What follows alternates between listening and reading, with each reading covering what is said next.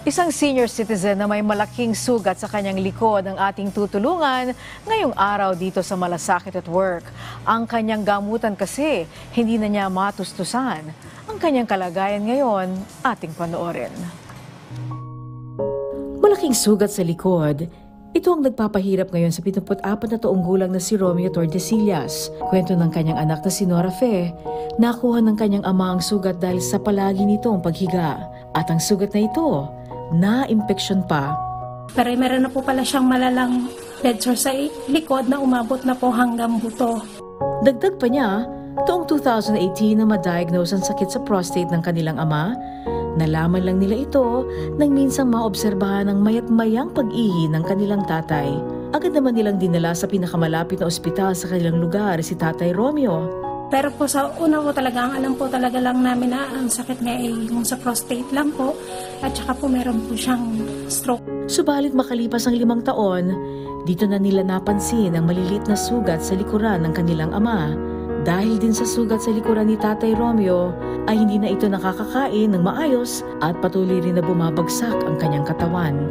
Dahil sa kalagayan ng kanilang ama, ay nagpasya na silang dalhin ito sa Philippine General Hospital. Ayon sa doktor, kailangan tanggalin ang langib sa sugat sa likod ni Tatay Romeo. Matapos nito, ay nakita nilang malaki at malalim na ang sugat sa likod ng kanilang ama. Dahil dyan, mahigit 3 linggo din na nagpagaling sa ospital si Tatay Romeo. Nang maging maayos na ang kalagayan ni Mang Romeo, nagpasya na ang doktor na ipagpatuloy na lang ang kanyang gamutan sa kanilang bahay. Sa ngayon po, andito na po siya sa bahay dahil na pauwi na, na-discharge na rin po siya noong August 30. Dito na lang po namin siya sa bahay inaalagaan. Subalit, ang malaki nilang problema sa ngayon ay kung paano pa nila mabibili ang gamot ni Tatay Romeo. Humingi po kami ng tulong financial para po makatulong po sa pagbili po ng kanyang gamot. Dahil yung kanyang gamot po ay sobrang mahal po talaga. Yung lang po yung gamot na ginagamit po namin sa kanyang bedsore. Ang kinikita umano ng kanyang kapatid ay eksakto lamang sa kanilang mga gastusin sa kanilang bahay. Isa lang po kasi ang nagtatrabaho sa amin, yun lang po yung kapatid ko po na tumutulong po sa amin. Kaya hindi rin po namin kaya mabili kung ano man po yung mga kailangan po ni tatay. Nananawagan siya ng tulong sa Malasakit at Work para may pagpatuloy pa nila ang gamutan ni Tatay Romeo. Humingi nga po pala ako ng tulong sa PTP Malasakit at Work. Humingi ko ng tulong para po sa tatay ko po.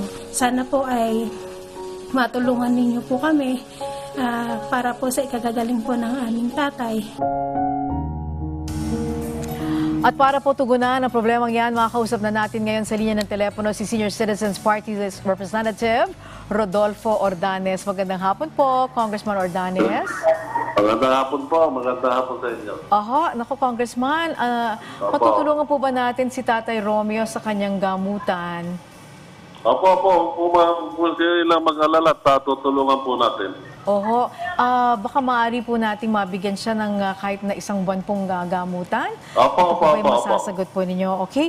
And pag mga ganito pong kaso, ano pong nais niyong sabihin kay Tatay Romeo? Ay, huwag sila mag-alala, tutulungan ko sila sa kanilang mga pangangailangan sa ngayon.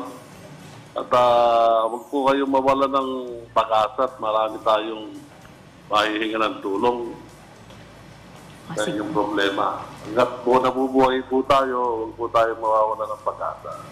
Alright, sige po. Tungkol sa hinihingi pong tulong, tutulungan po natin. Alright, sige po. Maraming salamat po, Congressman, sa inyo pong tulong na ipapahatid kay Tatay Romeo. Thank you po. Yan po si Congressman Rodolfo Ordanes ng Senior Citizens Party List sa kanyang mabilis na pagtugon sa problema ni Tatay Romeo. At sa mga nais pong dumulog sa ating programa, maaari po kayong magpadala ng inyong mensahe sa ating official Facebook page na PTV Malasakit at Work. Maaari kayong mag-message sa ptvmalasakit@gmail.com. At huwag niyo rin pong kalimutang i-like, i-follow at i-share ang aming page. Muli, ang tunay na malasakit ay laging at work.